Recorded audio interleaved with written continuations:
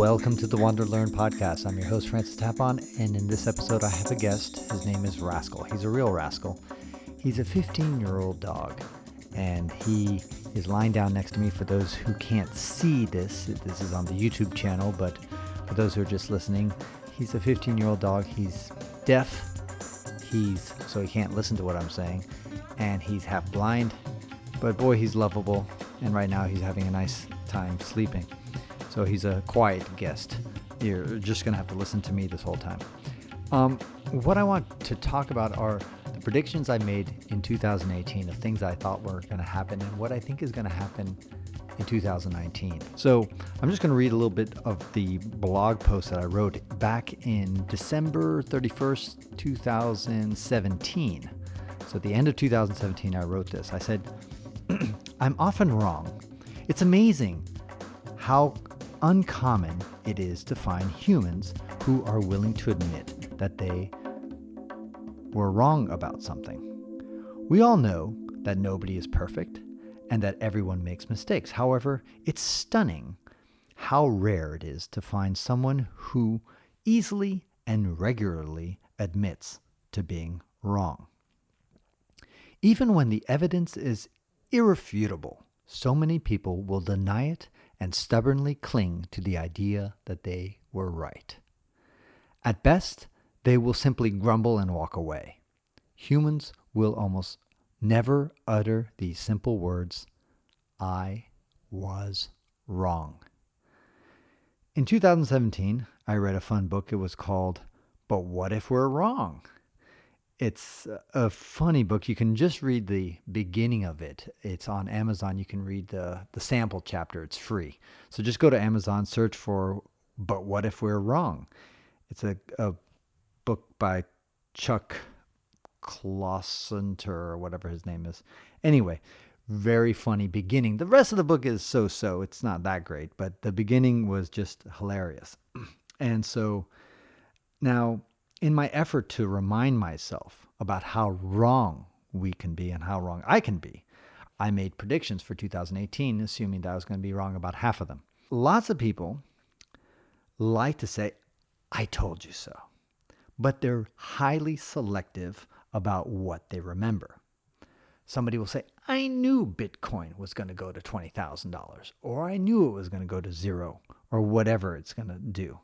But they do this after the fact. They forget about all the predictions that they made wrong. So if people are so fucking smart, why aren't you a millionaire? If you're so good at predicting the future and you're never wrong, then why aren't you a billionaire?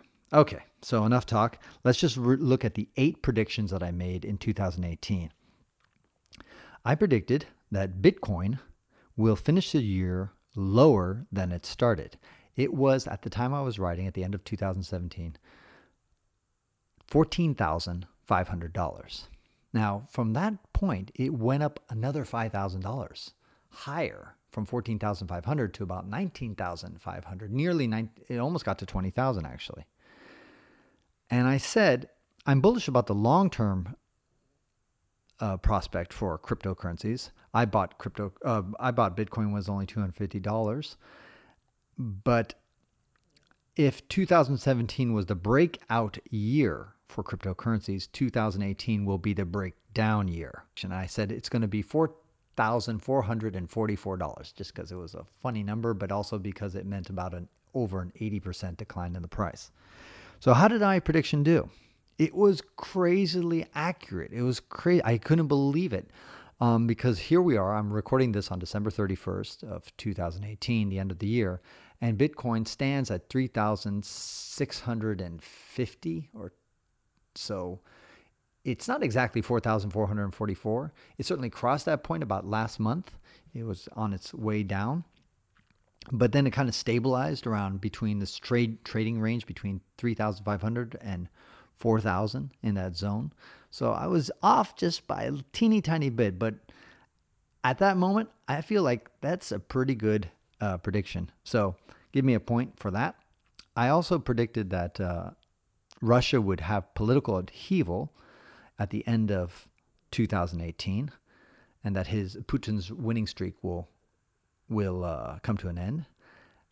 and that although he will remain in power, he will face more challenges than he's ever faced. And for the first time in his 20-year reign, there will be more Russians disapproving of Putin than approving of him. Well, the reality was that some of those predictions were correct. Russia did not see a wave of protests in 2018, and most Russians do approve of Putin still. And in fact, they did throughout 2018. He had a majority of the Russian population. However, I was right that he stayed in power. And I was also right in the sense that his approval now hit an all-time low, and that Russians now don't trust him anymore, according to another poll. So they approve of him, but they don't trust him. So that shows a bit of evidence of that. But I'm going to give myself half a point for that. I was pretty much right on the Bitcoin, but half a point for the Russia prediction. I predicted my third prediction was that Egypt would see another wave of protests. I was mostly right about that. In 2018, in June 30th, there was a mass protest in Egypt.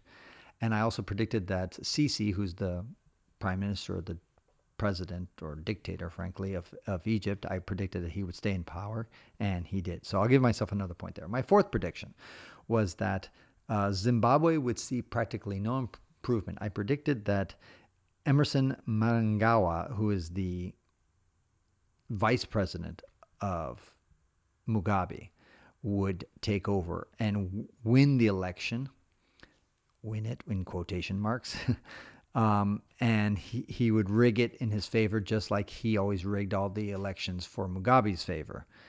And that in the end, nothing would change. Zimbabwe would still be in a complete disaster mode. And I also predicted that Mugabe would die in 2018. He didn't. So I was wrong about that. However, overall, nothing has changed in Zimbabwe. It's still a shithole. It's still having a ton of problems. And that really hasn't changed. So overall, I'm going to give myself a point there. And by the way, Emerson Mnangagwa did, of course, win the election. It was disputed and all that stuff, but that's life. Number 5, Cyril Ramaphosa will oust the current South African president, Jacob Zuma. So within a month or two of that prediction, that turned out to work out. In fact, he did kick out Zuma, who stepped aside. I said, Ramaphosa will boldly continue the country's lackluster leadership ever since Mandela left. And that's pretty much true. And he did take the election effectively. So that's another point for me. So far, I'm doing not bad. Number 6, it was not a prediction. Back in 2016, I predicted that, actually 100 days after Trump was elected, I predicted that he would be impeached in 2019. That I'm acknowledging that is probably going to be wrong. In fact, that's one of my 2019 predictions. I don't think Donald Trump is going to be kicked out and impeached.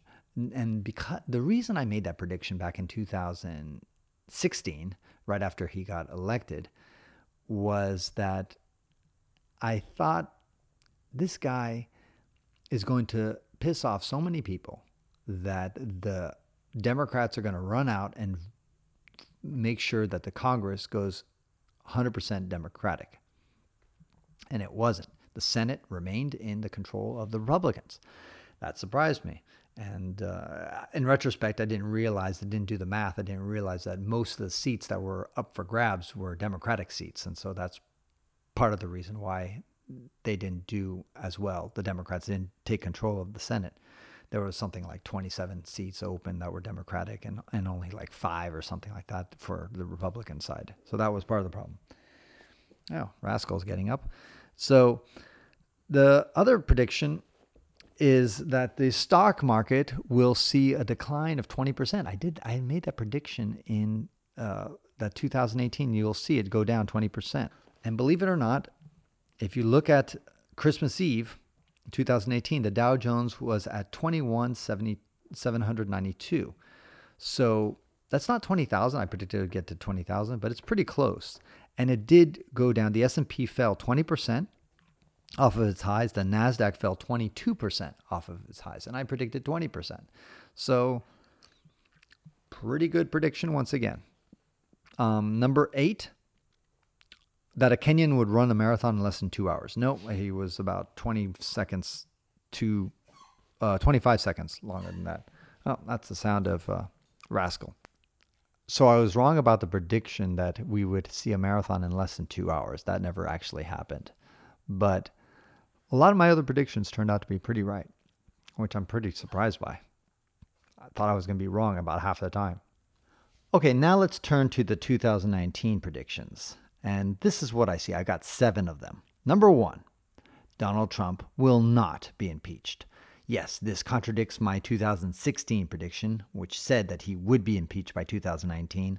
I'm taking that back. I'm admitting that I was wrong. And the reason I was wrong, and the reason I think it will not happen this time around, is that he was able to retain the Senate. And I just assumed that in the midterms of 2018, the Democrats would win both houses of the Congress. They didn't. So as a result, I think it's basically impossible for him to be impeached. So that's the end of that story.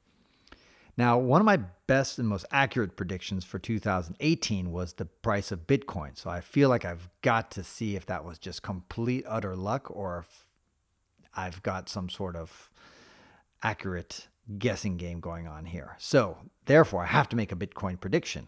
So my number 2 prediction is that Bitcoin will double in value in 2019. So 2018, I said it was going to go down at least 85% down to, around 4,444. Well, this time I say it's going to go up to 7,300. Right now, it's about half that price. So it's going to go at least that high, maybe even higher. That's my bold prediction for Bitcoin. Number 3, speaking about things that are going up, the Standard & Poor index, which measures the stock market in the United States, is going to go up 15% or more in 2019. That's my prediction right there. So it's going to end around at least 2,875. It could go up to 3,000 on the S&P 500. So check that one out. Number 4, Cyril Ramaphosa, who is the current acting president of South Africa, will win his election. And that's mainly because Black South Africans, who comprise of over 80% of the population in South Africa, really don't know how to vote for any other party other than the ANC. Unfortunately, they're extremely dogmatic about it. The DA, which is the Democratic Alliance, is their main competitor. But because the Democratic Alliance used to have white power behind it, now they shun that party, even though the ideas that the DA have are quite good and often better than whatever the ANC is offering. But there's just this kind of knee-jerk reaction. It's the same way that even if you present to black people in the United States a good Republican that would actually benefit them, they're just so have this knee-jerk reaction of always voting for the Democratic Party. Black people vote for the Democratic Party.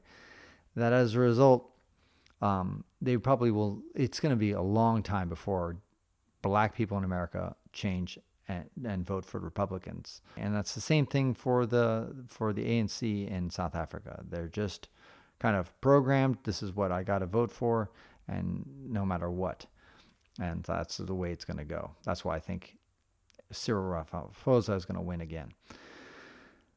Atiku Abubakar, a guy you've never heard of, I've never heard of. But anyway, that's the guy I'm predicting is going to win the Nigerian election. Nigeria is going to have their election, I think, in February 2019. He's going against the incumbent Buhari, who's been not that great, just like all the other Nigerian leaders. And guess what? I predict that Abubakar is also going to be not that great. Yeah. So, yes, Nigeria will continue in its doldrums and being short of reaching its potential of being a superpower. Number 6, I predict that the barrel of petroleum will go up 25% in price. There's a ETF that you can follow in the stock market called USO, which also kind of tracks the price of petroleum. By the way, I like to call it petroleum because I hate it when Americans call it oil. The price of oil, a barrel of oil. To me, oil is like stuff you put in your salad. And petroleum is that thing that that's related to gears and cars and that kind of stuff. So I wish somehow we would follow the British lead. The British got this right. You call it petroleum, you can call it diesel, but you don't call it gas. You don't call it oil. Gas is that ethereal thing, that thing that goes up into the air. That's gas. Petroleum is the liquid. Got it? Yes, we can slowly change this. And by the way, can we adopt the metric system? How about that? That's another one of my pet peeves. But anyway, so a barrel of petroleum will go up 25% in price. You can look at the USO stock price of $9.66. I think it's going to go up to at least $13. And then you have barrel of petroleum should go up to, well, right now I think it's $45 for a barrel. So expect that to go up about 25% as well. All right, that's my last prediction is a personal one. It's that I'm going to finish my fucking book this year. 2019 will be the year that I finish The Unseen Africa. And one of the reasons why I started my Patreon page is that I wanted people to have some pressure on me so that I could promise people, you give me $5 a month and I'm going to give you at least 3 or 4 chapters every month. And if I don't do that, I'm going to have people complaining and saying, hey, Francis, we're contributing $5 a month to your not so worthy cause, and you're not even able to give us a chapter a month. So this is my way to have my feet on the fire and have you guys hold me accountable to my promises. So there you go, my 7 promises for 2019, not promises, predictions for 2019. And I want to thank everybody because I just started this podcast in 2018, toward the end of 2018, and we've already gotten several thousand listens and getting hundreds of people who are subscribing to it, downloading it every episode. So that's fantastic. I hope to continue that onto 2019, but that can only happen with your help. If you guys spread the word, tell more people about it, it will really make a big difference to helping the show get the best guests I can possibly get and get maybe some ad revenue so I can justify keep doing this instead of doing this always for free. How about that? All right, guys. Thank you again for listening. This is Francis Tapon encouraging you to wander and learn.